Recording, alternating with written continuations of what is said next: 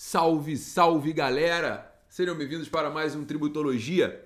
E esse é o programa de número 92 que vai ao ar no domingo, no dia 18 de julho de 2021. E nesse programa eu não poderia deixar de falar, por óbvio, como eu tenho abordado nos programas anteriores, a reforma tributária, fazendo minhas críticas ao projeto de lei 2337 de 2021, que é o projeto de lei apresentado pelo governo.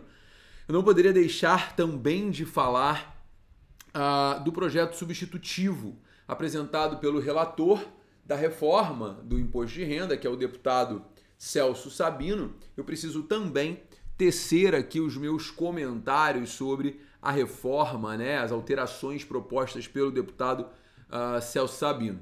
É interessante que ele traz uma alteração substantiva no projeto de lei do governo, Ele traz uma alteração substancial no projeto de lei do governo, que, na verdade, o projeto de lei do governo tinha uma redução de imposto de renda de 15%, o deputado Celso Sabino de 15% para 10%, E o deputado Celso Sabino já traz logo uma redução de 15% para 12,5%, de 15% para 12,5%, com uma redução de 83,33% na alíquota base do imposto de renda das pessoas jurídicas. Essa primeira alteração, ela chamou muita atenção de muita gente, inclusive minha, porque, na verdade, esse é o ótimo, esse é o ideal, No momento em que se tributa lucros e dividendos, necessariamente deve ser reduzida a tributação da pessoa jurídica, até mesmo para que haja um enquadramento no conceito de OCDE.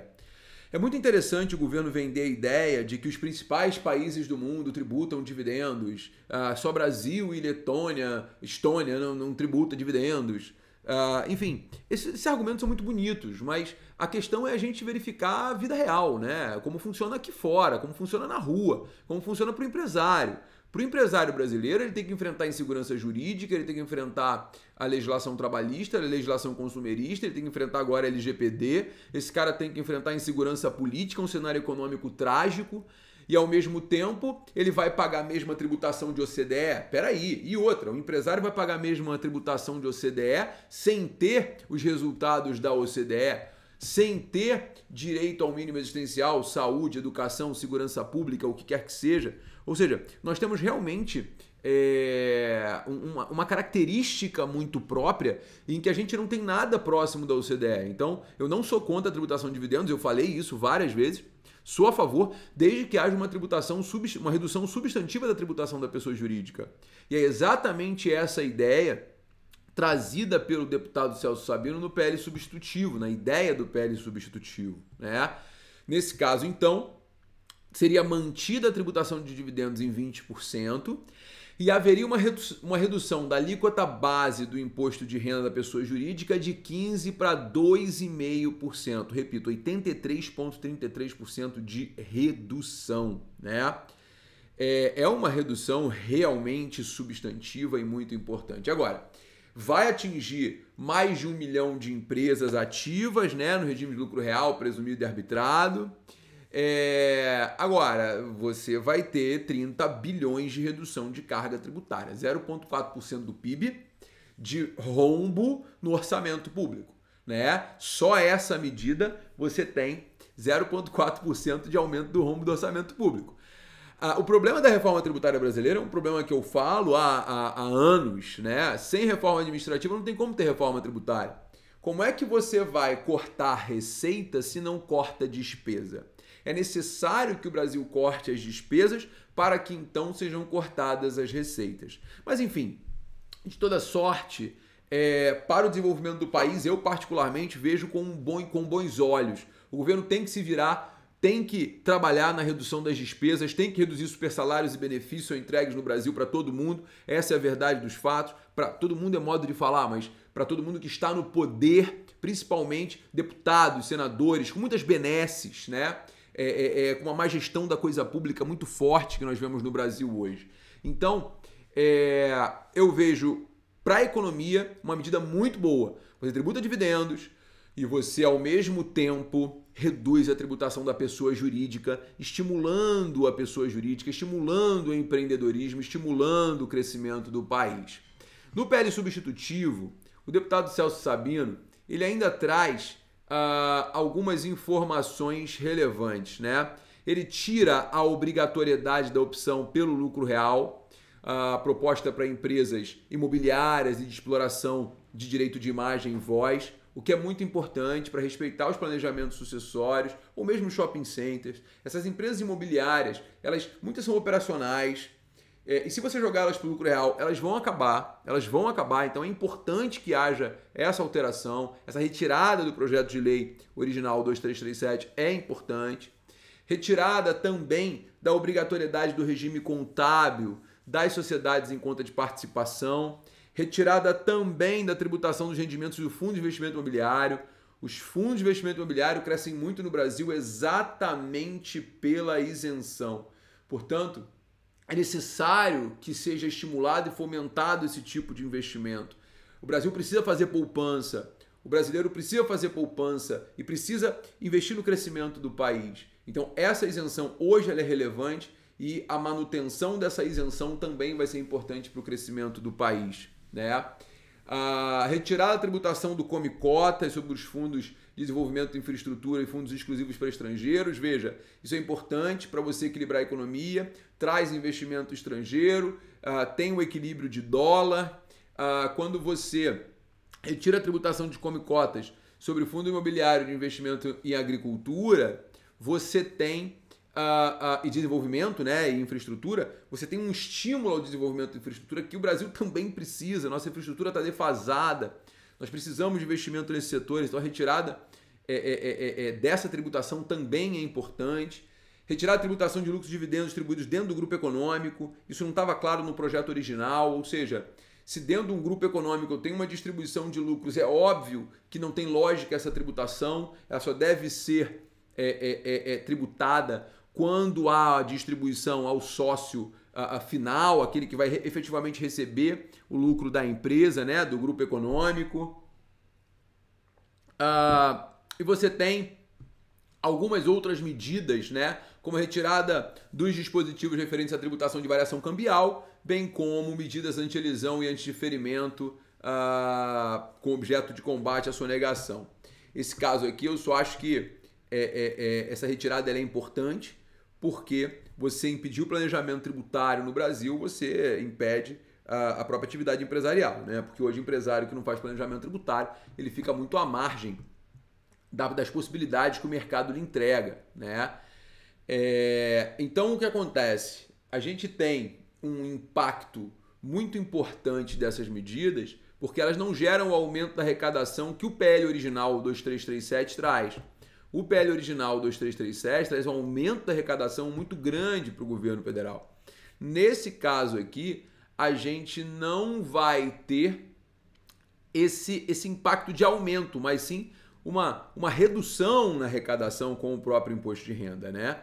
Uma redução na arrecadação com o próprio imposto de renda. Agora, tem um detalhe interessante que o deputado Celso Sabino, no projeto dele, né, ele também permite, só um detalhe interessante, ele continua mantendo a figura do JCP.